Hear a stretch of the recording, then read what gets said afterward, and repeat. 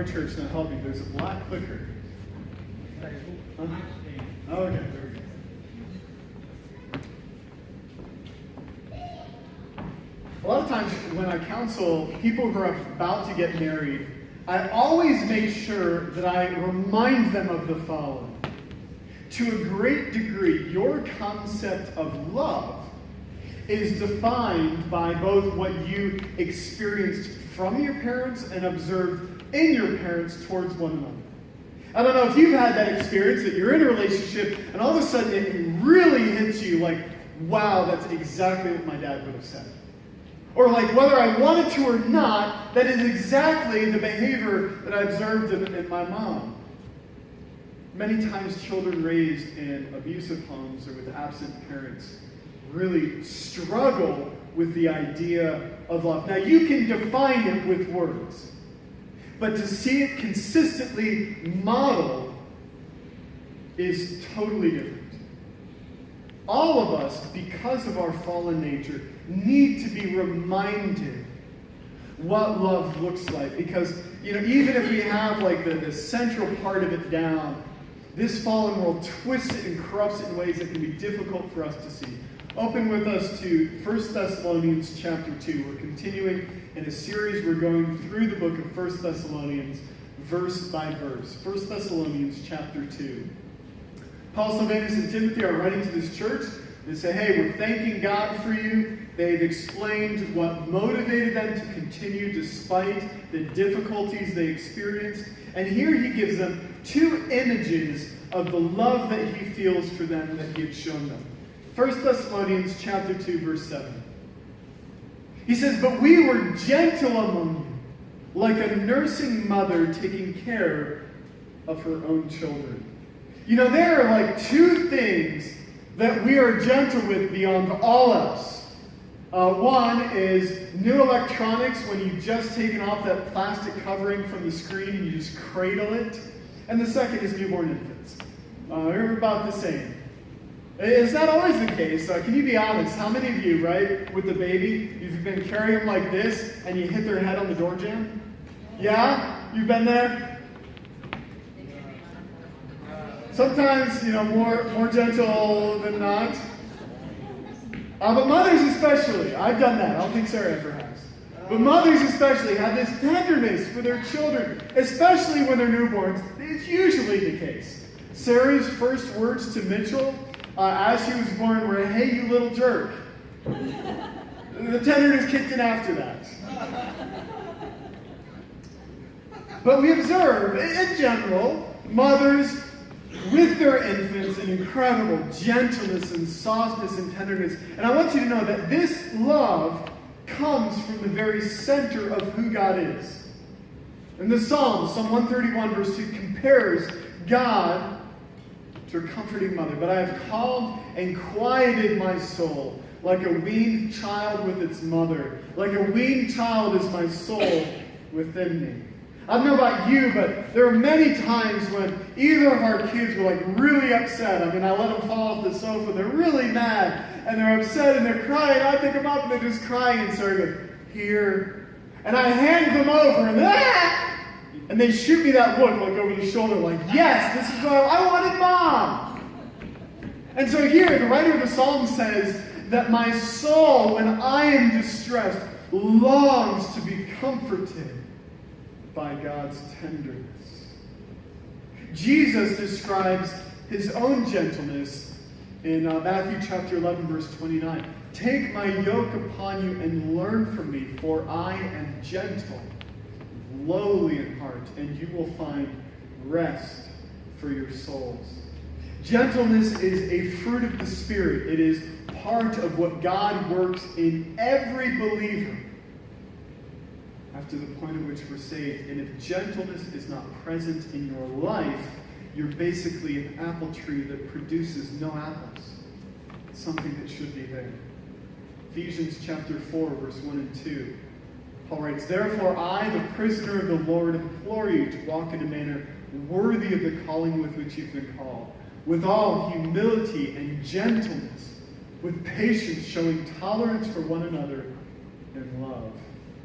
Now, I understand, like, especially for guys, right, in today's culture, gentleness and tenderness are not things that are, like, really high on a list of priorities. In fact, you've never been, like, talking with other guys at work and, like, oh, man, you know, Bob from accounting, he's just, like, so gentle, man. I wish I was like that.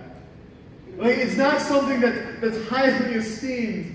But I love the contrast, and just an illustration.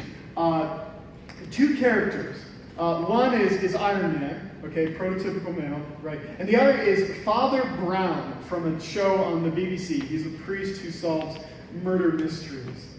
And Iron Man is cocky because he is powerful and intelligent and rich. And Father Brown, on the other hand, his dominant trait in the show, and the reason I love it, it comes from a writer by the name of G.K. Chesterton, giant in the Christian faith around the 1800s. Father Brown, his dominant trait is humility. And even though he is brilliant and, solves all these crimes, he is a humble person. Now, Iron Man solves problems by blowing things up. Pew pew first and we'll talk later.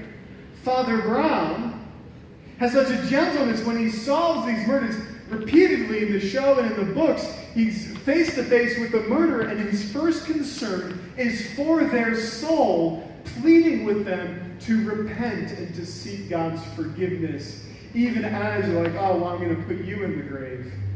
He is gentle with them. The apostles were gentle.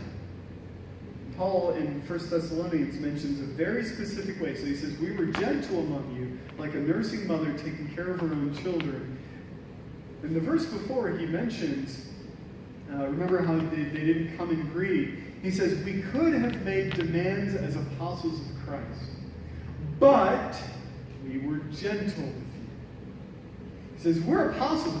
We're sent on a mission from God. He had seen Jesus in the flesh after his resurrection. A unique status. He says, I could have come making demands, but I chose not to.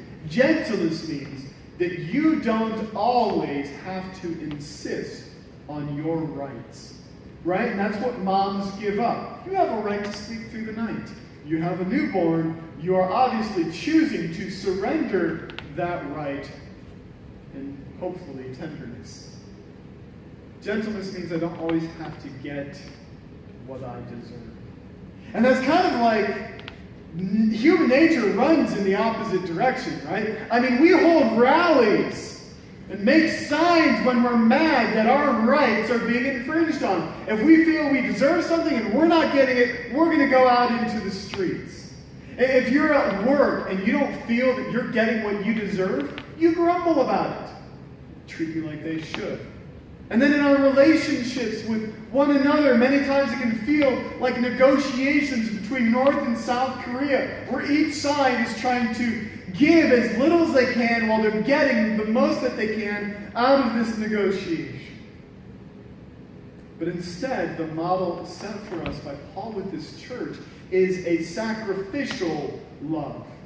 It's not a love that says, hey, I can't ask anything of you. He says, I could make demands. I'm choosing not to.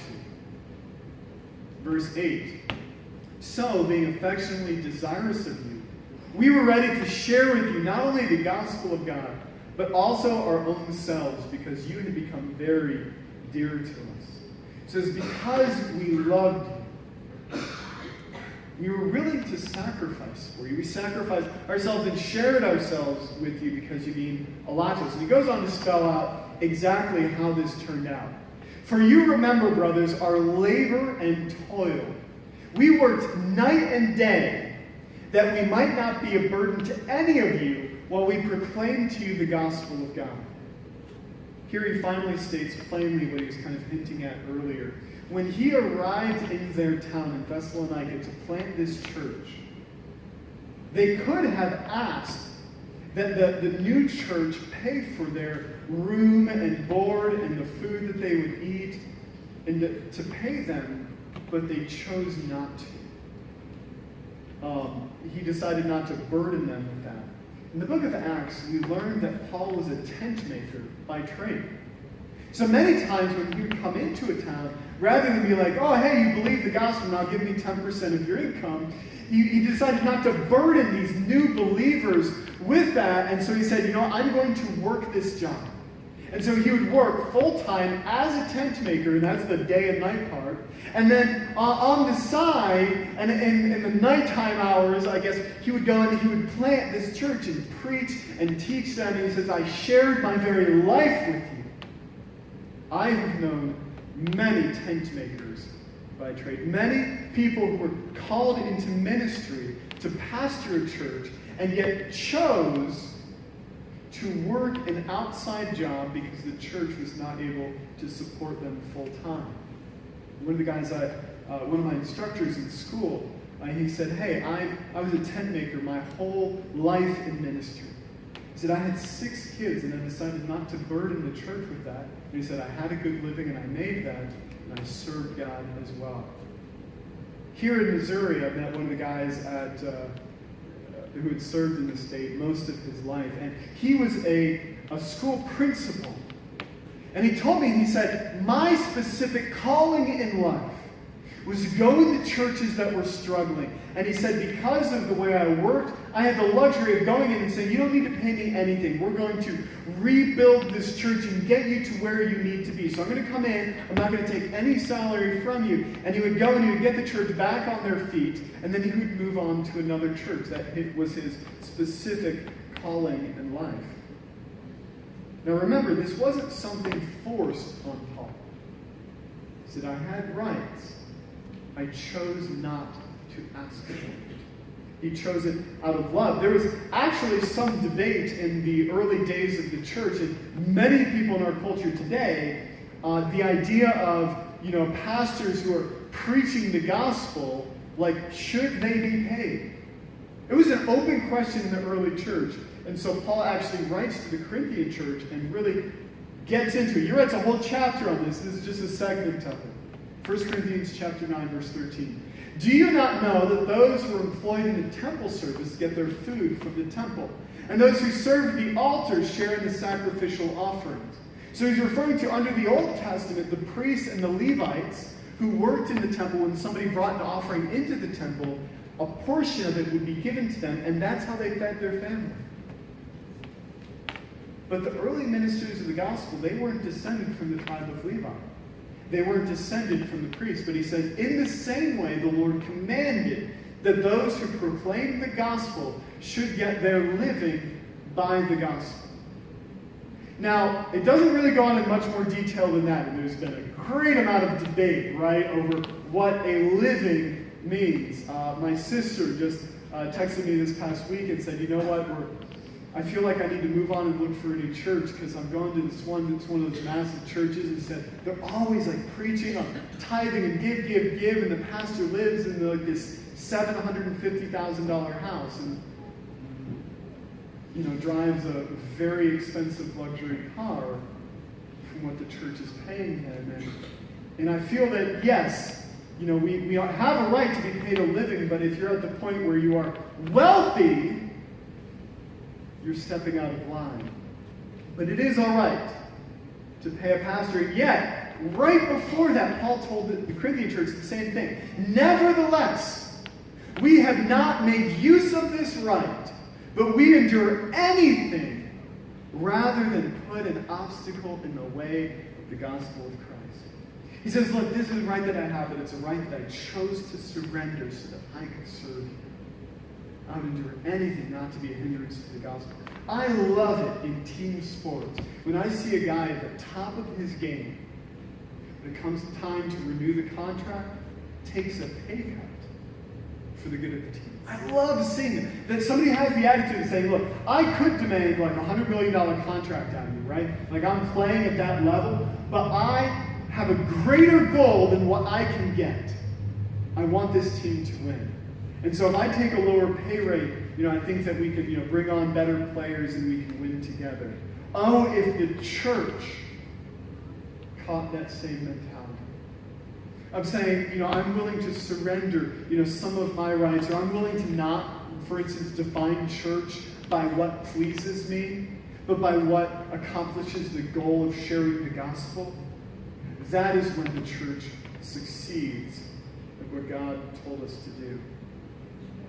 In the very next chapter, writing to that church, he calls on all of them to follow his example. So he says, look, I had rights in coming to you. I could have demanded certain things from you. I chose not to. And then he tells them, in the issue they're having in the church, let no one seek his own good, but the good of his neighbors. Again, it's not just pastors. We are all called to have this attitude. And it's not always easy. When we were in North Carolina, after about a year, we decided to buy a house. And as right as we're about to move, the guy that we were renting from demanded an additional month's rent out of us. We'd only been able to give him an estimate, like we'll be moving out in June, as the final paperwork in the house was closing and we're waiting for the loan to be approved. There's that tiny chance that things will go south. So we said, yes, we're moving out sometime in June. We finally got the paperwork done. All right, we're out of here in 2 weeks. And he said, no, this is your 90 days notice. And I felt as though he intentionally let us walk into that situation, hadn't told us anything up until that point. And here's the thing, we had no contract. He had married somebody in the church, and we were young and stupid, and this is the life lesson that we learned. We had no contract. We had nothing written down. Sarah at the time was pregnant with Christine. And I remember pleading with him, look, man, a month's rent, that is so much money for us right now. And look, we started this family, and, we tried to give you as much. And I would never forget the words that he spoke to me. He said, you look out for your family. I'll look after mine. This was a man who, by the way, claimed to be a follower of Christ and held Bible studies in his house. Let no one seek his own good, the good of his neighbor. You know what? We could have, by rights, just walked away. There was no way that he could have pursued a court case against us. Again, we had no contract. I prayed about it, and we decided to pay him the money. Oh, and burn. I'm not going to say there wasn't a little bit of anger in my heart, right, as I wrote the check. But I would rather be robbed than let anything come in the way of the gospel. Paying him was easier than forgiving him. So I understand, right, in these situations that part of you that cries, I don't deserve this, or I have rights. But gentleness and the love that Jesus showed is the ability to take our rights and lay them down, because that's what he did for me. I should be willing to do so for others. If you are never surrendering your rights in love for other people, you are not following Jesus. That's what it means to follow him. And I want to be able to say at the end of my life the same thing that Paul said to the Thessalonians in verse 10 as he continues. You are witnesses, and God also, how holy and righteous and blameless was our conduct toward you believers. Reminds me of the Old Testament prophet Samuel. At the end of his ministry, he gathered all the people together and he said, I want you to speak up now. Any of you, have I robbed any of you? Have I cheated any of you? Have I mistreated you? Have I accepted any bribes in decisions I would make? Have I stolen anyone's donkey? I want to get to the end of my ministry and be like, I'm not taking donkeys from anybody. I don't want a donkey. Verse 11, he continues. For you know how, like a father with his children, we exhorted each one of you and encouraged you and charged you to walk in a manner worthy of God, who calls you into his own kingdom and glory. If mothers often showcase the gentleness and tenderness of love, here we hear the heart of a father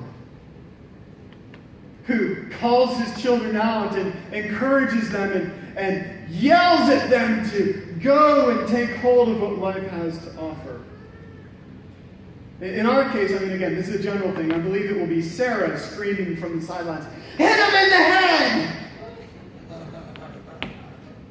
She said, baby, I'm only going to do that because you're the pastor. You can't say those things.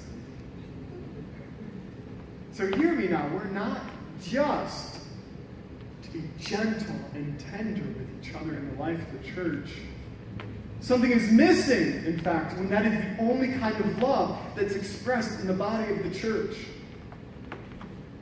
There is a time for the firmness of a father with his children. I think of that guy who was just in the news, 30 years old, and his parents had to take him to court to evict him from their house. And I think that's an illustration of what happens when we're not willing to be bold with people. You can't coddle him like he's an infant. Is his mom rock him to sleep every night? No, there's a time to be the firmness of a father and say, walk like a man. It's the same in the body of Christ. Right? There's some times that we're gentle with new believers. And, I'll just give you an example. Like, when people first receive the gospel, right, and first follow Jesus, you will observe rough edges in their life. And there's a time and a place, right, to be gentle and to understand if they're cussing at you in conversation. Many times in new believers, it just happens. And God is working on them. Now, if Miss Maisie does it,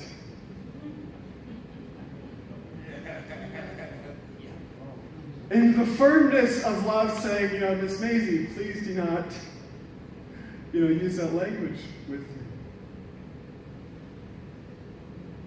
Our challenge, and remember though the example, because Paul, he goes back to his own example among them. And that's so important. He says, look, I was tender with you. I surrendered my rights with you. You observed the righteous life that I lived among you. And that gave them the foundation then to speak into their lives and have high expectations of them. A lot of times people have to know that you're living it out before they'll hear anything you have to say. Our challenge to each other for their own good must come from a humble and gentle heart in the life of integrity. And when you're consistently doing that, exhibiting both that tenderness of love and the firmness to call people out, it is incredibly effective. I know of no person who lived this out better than the head pastor over me in North Carolina, Steve Allen. Steve Allen was 6'3". I always felt short around him. This massive guy, but he was just the living example of gentleness. Real big hugger, and he was a great encourager. And working for him was awesome because I was used to type A, cuss you out to your face bosses. And that's all I'd ever known. And now I'm working for this guy who was just as nice as could possibly be. But it wasn't in weakness. And he told me when he first got there, he said, I want you to know that I will call you out when you need calling out. And that gave me such freedom. And then he actually did it, right? And he sat me down and he said, look, here's something you're doing. And he called me out my attitude towards teaching when there's only one or two kids there. And he said, how many kids does it take to matter? And because I knew his heart, and because he was such a great encourager and his gentle, his love for me, man, that cut me. In a way that those other bosses that would cuss me up one side and down the other, man, that stuff rolled right off my back. But for Pastor Steve to call me out, I went into my office and I wrote those words on a sticky note. And I put it right in front of me where I'd see it every day because I told myself, I don't want to let him down again. I want to have that same effect on other people. And I understand that some of you, right, you've got the gentleness down to a T. But you would rather die than tell somebody you need to live better than that. You'd be like, I'm just going to text the pastor, can you please talk to my friend because I don't want to. Others, right, I'm trying not to look at anybody in particular, Rachel.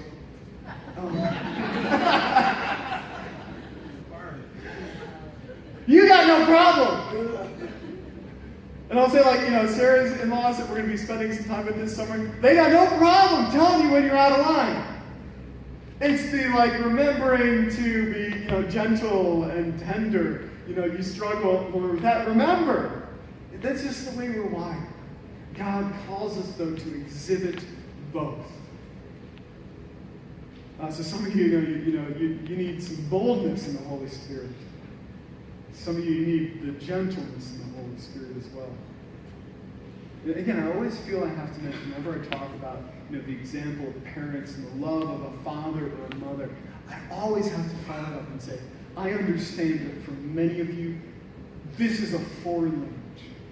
Your experience with your birth parents, whether you were even around them or not, was none of what I just talked about. There was no encouragement. There was no gentleness and tenderness and love. And I just want to remind you again and again and again that God is the perfection of everything that is lacking in our earthly parents. They do the best they can, and many times they fall very, very short. And I love that last line. And as I've gone through this book and going through the process of memorizing it, this is one of those ones that just sticks out. That God calls you into his own kingdom and glory.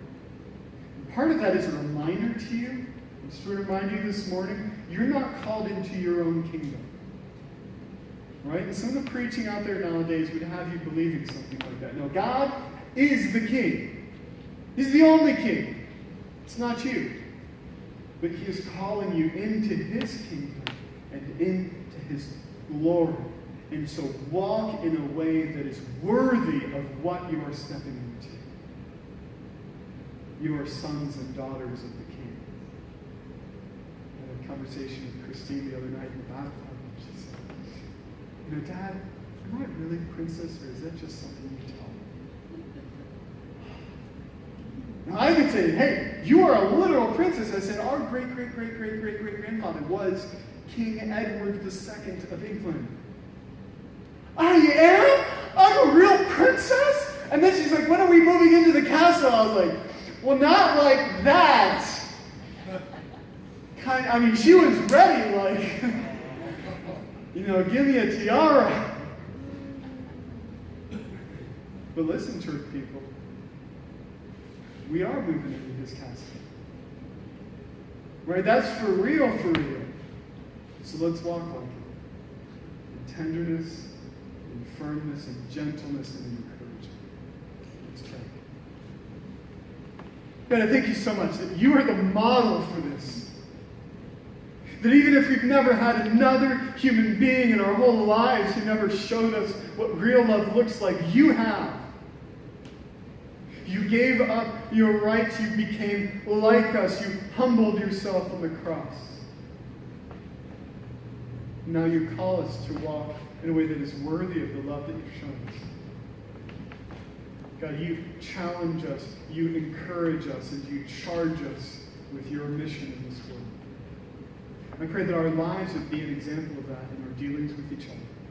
In Jesus' name.